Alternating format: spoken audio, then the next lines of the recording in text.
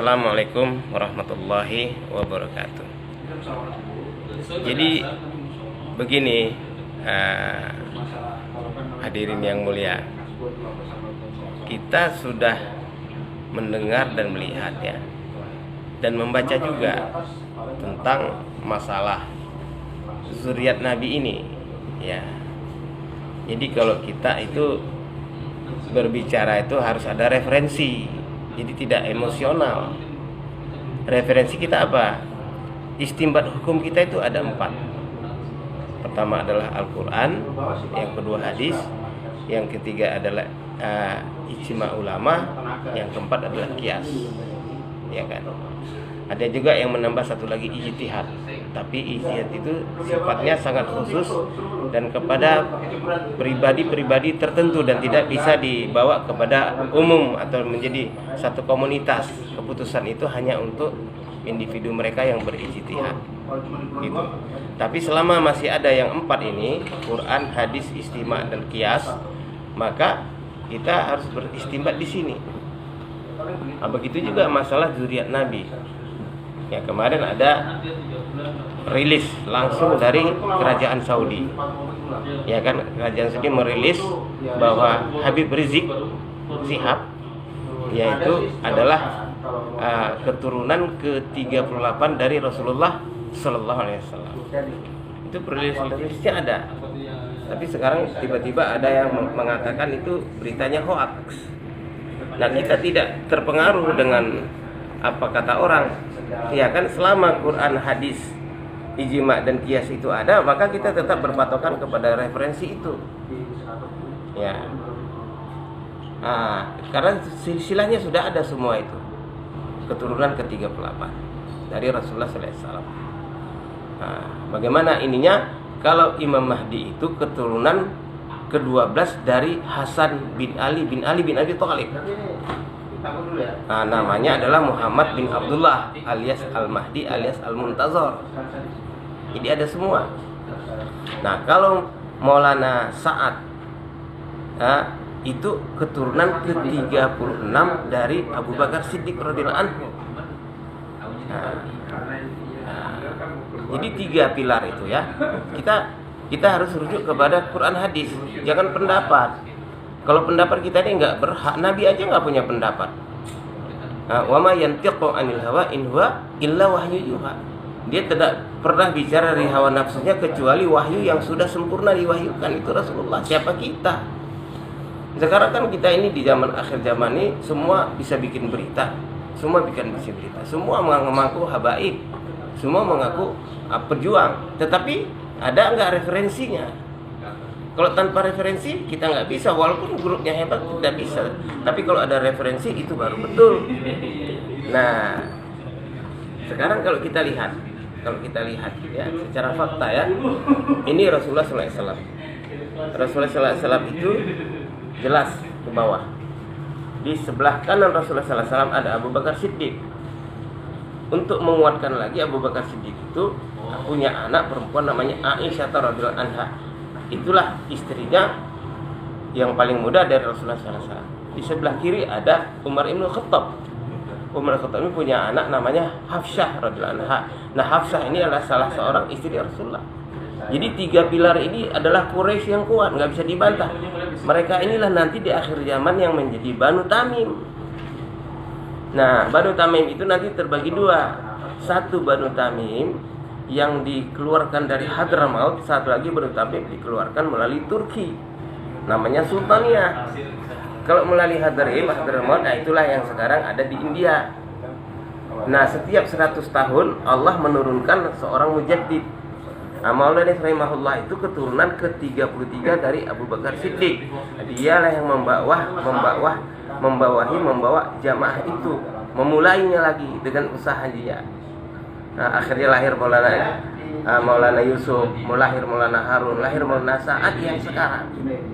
Nah, jadi Maulana Sa'ad itu cicit daripada Maulana Ilyas. Nah, ini langsung itu garisnya Abu Bakar Siddiq dan ada di situ petanya. Jadi kita nggak boleh membantah dengan pendapat-pendapat, harus ada referensi. Kita siapa? Nah, begitu. Dan kita di dalam membicarakan kebenaran Jangan mengacu kepada acuan satu negara. Oh, kami tidak setuju dengan khilafah. Kami anti khilafah, nggak boleh begitu. Karena khilafah itu bukan minta persetujuan dengan kita. Kita setuju atau nggak setuju, ikut nggak ikut khilafah itu pasti ada, karena itu sudah merupakan programnya Allah. Di akhir zaman, khilafah ini yang menyelesaikan semua sistem kepemimpinan. Kepemimpinan ada 4. Yang pertama adalah nubuah, sudah selesai dan dijamin surga. Yang kedua, khilafah sudah selesai, dijamin surga, diwakili oleh 4 khulafa Rasyidin al-Mahdiyyan, yaitu Abu Bakar Siddiq radhiyallahu anhu, Umar bin Khattab radhiyallahu anhu, Utsman bin Affan radhiyallahu anhu, dan Ali bin Abi Thalib radhiyallahu anhu. 4 orang ini khulafa al-Mahdiyyin sudah dijamin surga. Baru kesananya lagi ada sultaniyah, ada mulkiyah. Mulkiyah sultaniyah ini 50-50, separuh masuk surga, separuh ahli neraka. Kenapa? Yang separuh ini mereka diawali, yaitu cicitnya Umar ibn Khattab bernama Umar bin Abdul Aziz. Dialah menjadi wazir pertama di Mesir. Nah, dia terkenal dengan sifat jujur dan adil. Bagaimana jujur adilnya? Dia punya anak namanya satu nama dengan saya, Abdurrahman. Sekali waktu qadhi, hakim agama telah memutuskan anak-anak korban narkoba dihukum. Tetapi hukum terlalu ringan, dipanggillah ini qadhi oleh Umar bin Abdul Aziz. Kenapa kamu hukum ringan? Padahal mereka itu orang-orang terkena dadah narkoba, narkotik. Dijawab oleh qadhi, bagaimana saya mau memimpin berat, menghukum berat, wahai yang paduka yang mulia, maksudnya kepada raja. Sedangkan di situ ada anakmu. Langsung merah padam ini. Umar bin Abdul Aziz, dia bilang, jangan kamu rusak agama ini melalui anak saya. Panggil dia, sidang ulang. Masya Allah. Dipanggillah itu anak-anak, di sidang ulang dan dihukum mati. Jadi hukum hadirin yang mulia tidak tebang pilih, tidak mentang-mentang anak raja terus dihukum ringan, gak begitu. Rasulullah sendiri bersabda, "Lau kanat Fatimah binti Muhammad sallallahu alaihi wasallam syarakat laqata'tu yadaha." Hadis Bukhari Muslim. Andai kata Fatimah binti Muhammad SAW mencuri, maka aku pasti potong kedua tangannya. Untung Fatimah tidak mencuri. Kalau dia mencuri, tangannya sudah habis tadi mulia. Nah, jadi itu sudah diucapkan hadis itu oleh Rasulullah SAW kepada anak kandungnya.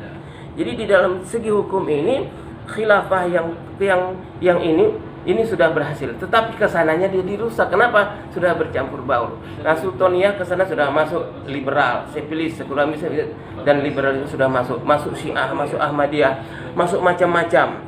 Nah, akhirnya nanti ini rusak. Rusak yang terakhir itu adalah kepemimpinan Jabariyah, fatalistis. Inilah yang sekarang. Lahirlah teori-teori Montesquieu, lahirlah teori-teori Stalin, lahirlah teori-teori demokrasi. Nah, Montesquieu itu bapaknya demokrasi. Dia membagi kepemimpinan menjadi 3, eksekutif, legislatif, yudikatif. Nah, itulah yang seluruh dunia sekarang memakai sistem ini. Kenapa? Mereka mengatakan suara rakyat, suara Tuhan. Coba, suara rakyat, suara Tuhan. Ya kalau rakyatnya minum khamar, kalau rakyatnya berjudi, berzina, apa suara Tuhan? Itu tidak benar. Itu tidak benar. Jadi suara Tuhan ini suara Allah, begitu. Makanya sistem Jabariyah yang terakhir ini pasti ada, dan ini sudah semua rusak. Dari sistem kepemimpinan Jabariyah ini tidak ada satu pun kebaikan yang bisa diambil. Terus nanti sudah jenuh mereka. Kenapa mereka jenuh? Tahsabuhum jami'a wa qulubuhum syatta. Kamu sangka mereka itu satu hati, ternyata hati mereka terpecah-pecah, rebutan kapling, geser gusur, ambil sana ambil sini, duit, yang penting duit banyak, yang penting hebat hidup, begitu. Kejenuhan sistem ini, maka Allah lahirkan lagi kembali kepada sistem yang klasik, yaitu nubuah dan khilafah. Ini sistemnya Allah. Maka nubuah dan khilafah ini nanti turun di akhir zaman di tahun ganjil Hijriah. 1441 kah, 1443 kah, 1447 kah, 1445, terserah, itu terserah Allah. Makanya orang-orang ulama-ulama kali berdunia setiap tahun ganjil Hijriah datang ke Mekah untuk menyambut kehadiran khilafah ini. Jadi khilafah ini bukan programnya orang Indonesia. Khilafah ini program Allah untuk seluruh alam, seluruh dunia. Izin atau tidak izin, dan nggak melalui pilpres, nggak melalui pilkada, nggak melalui pemungutan suara, nggak melalui rekrutmen, nggak ada kampanye. Jadi caranya bagaimana? Caranya itu nanti Imam Mahdi melihat orang-orangnya secara gaib, secara amal. Dan ada pengikutnya nanti 7 golongan masuk surga tanpa hisab. Pertama, asyabab qalbuhu mu'allaqun fil masjid, anak muda yang hatinya bergantung di masjid. Yang kedua, rajulun yakhruju fisabilillah min biladi syatta ila biladi syatta, laki-laki yang selalu fisabilillah dari satu tempat ke tempat yang lain. Itu orang-orang tabligh. Yang ketiga, tajirun shadiq, pedagang yang jujur, tidak kurangi timbangan, tidak kurangi ukuran, dan tidak makan riba. Satu orang makan riba berarti sama dengan menzina ibu kandungnya 37 kali. Yang keempat, imamun adil, imam atau pemimpinnya adil, tidak zalim, tidak menjual ayat kursi untuk cari kursi. Nah, yang kelima ini, laki-laki digoda wanita cantik, dia mengatakan ana akhafullah rabbal, aku takut kepada Allah, tidak terjadi skandal seks. Yang keenam, seorang wanita solehah, Masya Allah, taat Allah, taat Rasul suami, dan sifat amanah. La imana liman la amanata, tidak beriman wanita yang tidak amanah. Nah, yang ketujuh ini ahli zikir, hidupnya penuh dengan zikir. Yang tujuh inilah golongan yang masuk surga tanpa hisab. Inilah nanti pengikutnya Imam Mahdi, tenteranya Imam Mahdi. Jadi Imam Mahdi sudah ada, bukan Maulana Sa'ad. Maulana Sa'ad itu yang menghimpun manusia supaya menjadi pasukannya Imam Mahdi. Habib Rizik itu bukan Imam Mahdi, tapi dia menghimpun manusia untuk menjadi pasukannya Al-Mahdi. Karena perjuangannya dari awal sudah tahu, dia anti pelacuran, anti khamar, anti perjudian. Dia garap semua itu untuk besarkan. Akhirnya sekarang dia menjadi imam besar. Dan dia memang keturunan ke-38 Rasulullah. Jadi kita nggak usah ganggu gugat. Kita ini siapa? Harusnya kita menghormati zuriat Nabi. Sebagaimana Rasul bilang, barang siapa yang tidak mencintai anak cucu keturunan Abu Bakar dari golonganku, cintalah Quraisy, karena Quraisy lah membawa agama di akhir zaman. Ini sabda Nabi. Itu tolong kawan-kawanku ya, terutama di grup-grup ini, kalau kita nggak ngerti, jangan menuduh orang hoax. Justru kalian yang menjadi agen hoax. Masya Allah, na'udzubillah min dzalik. Kalian menjadi pakai orang Yahudi Nasara walan tardo untuk merusak umat Islam dari dalam. Taubatlah kalian baik-baik kepada Allah sebelum mati. Illal ladzina tabu wa aslahu wa bain, kecuali orang yang taubat dan islah diri dan buktikan bahwa kita sudah taubat. Taubat ada 3. Pertama, menyesali segala perbuatan. Kedua, berjanji kepada Allah tidak akan mengulang lagi. Ketiga, buktikan kamu sudah taubat. Insya Allah jalan keluarnya main-main ke kebun jeruk, main-main ke Masjid Jami kebun jeruk. Jumpa dengan saya dan kawan-kawan di sini, biar kita tarbiyah ulang supaya maksud hidup kita seperti yang lama. Jangan salah.